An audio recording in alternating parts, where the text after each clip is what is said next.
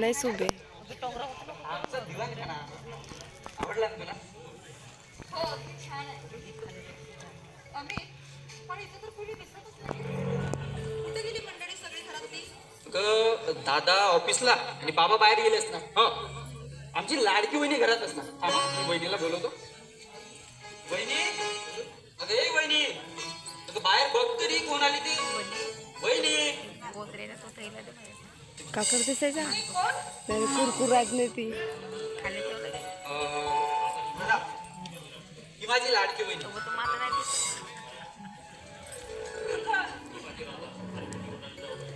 आणि वहिनी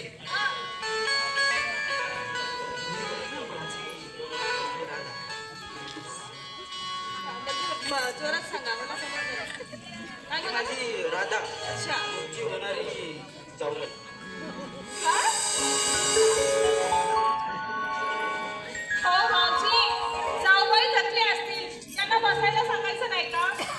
काय बोलतेस वहिनी? थकवा आणि हिला बघ थकली तू काय थकलं?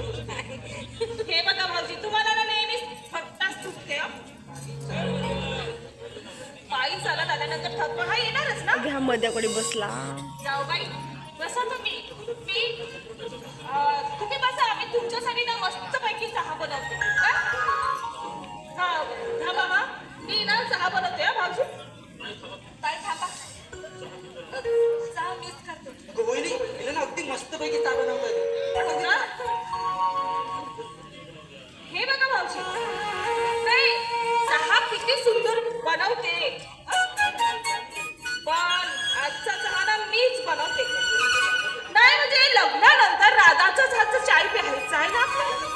बसा तेच. नाही दादा बस ही आली चहा घेऊ ना. आता कप्पा आणला आमच्या तुझं काय चाललंय?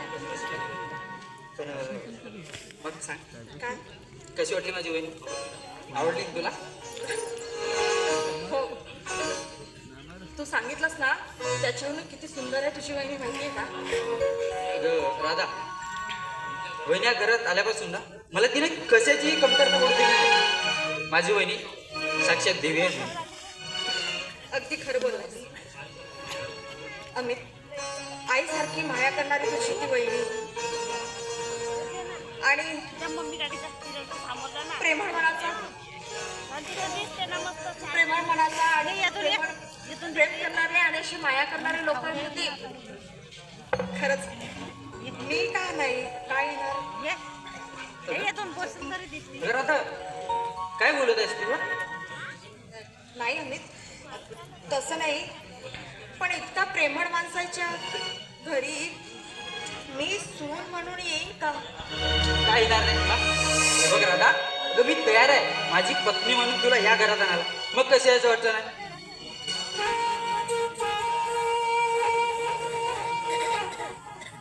आणि मी सून म्हणून इथे येण्या अगोदर मला मला तुझ्यापासून कुणी दूर नेलं तर?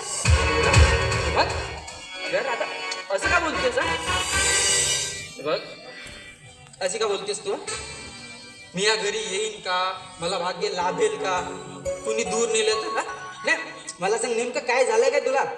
काय बोलतेस? अरे नाही. हे बघ राधा हे बघ तुला माझ्यापासून कुणी दूर नेणार नाही. आणि जर कोणी नेण्याचा जरी प्रयत्न केला ना तर मी मात्र येऊ देणार नाही. मग तर झालं. आज ना मला खूप भयानक स्वप्न पडलं.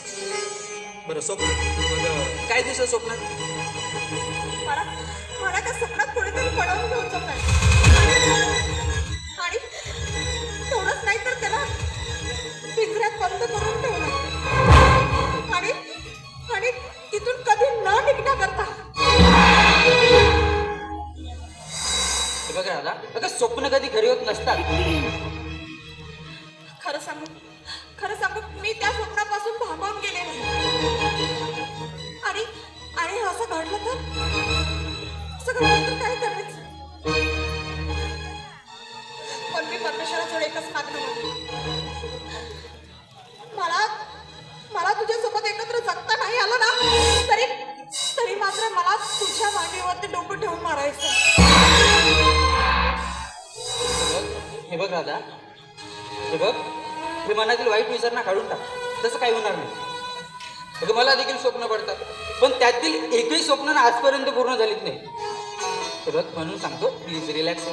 रडणं थांबव थोडं. तसं काय होणार नाही. मी आहे ना. बघ शांत हो. बघ, ते बघ. अरे राधा भाऊजी अशी उभे का? बसा तुम्ही. अहो बसा ना. या बसा.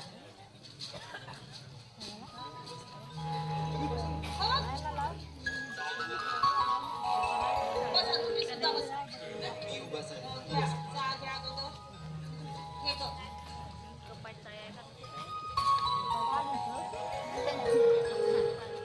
बाप्पा वहिनी, चाय ना खरंच रोजच्या सारखा बनलाय. माझ्या वहिनीचा आजचा चहा म्हणजे ना खरं अमृत पेल्यासारखं वाटतं. म्हणून तर बघ. ती फिका चहा मानते. मग म्हणालो.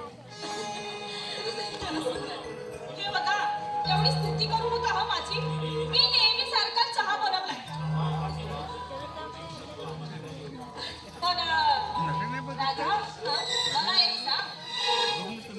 बोला ना. नाही मी म्हणते आमच्या भावजीमध्ये तुला अशी कोणती गोष्ट आवडली ग? मला तू त्यांना बहिणी अगं, मी सांगतो ना, तिला काय विचारते? मी सांगतो. नाही, नाही, मला विचारते ना तुम्ही कशाला पुढे नाही गं दादा. हा काय म्हणते मी म्हणजे आमच्या भावजीमध्ये तुला अशी कोणती गोष्ट आवडली? त्यांना पसंत केली? मला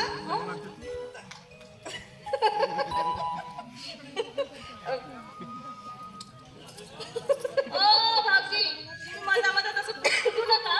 बरं बाबा. खरं सांगू का मला ना याचं गाणं आवडलं. खूपच आवडलं म्हणून. म्हणजे तू यांच्या गाण्यावरती आता प्रेम गाणं केलंस. आहे. यांच्यावर हा विचार सांग. गाणं सांग वहिनीला सांग. आलं वहिनी विचार केला. फक्त गाण्यावर प्रेम केलं. गाणं आलं तरी विचारा वहिनीला.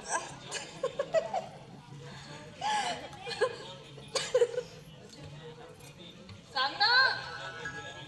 याच्यावरही प्रेम केलं आणि त्याच्या गाण्यावर सुद्धा प्रेम केलं. अशी मला मोंडरा लागला पाहिजे.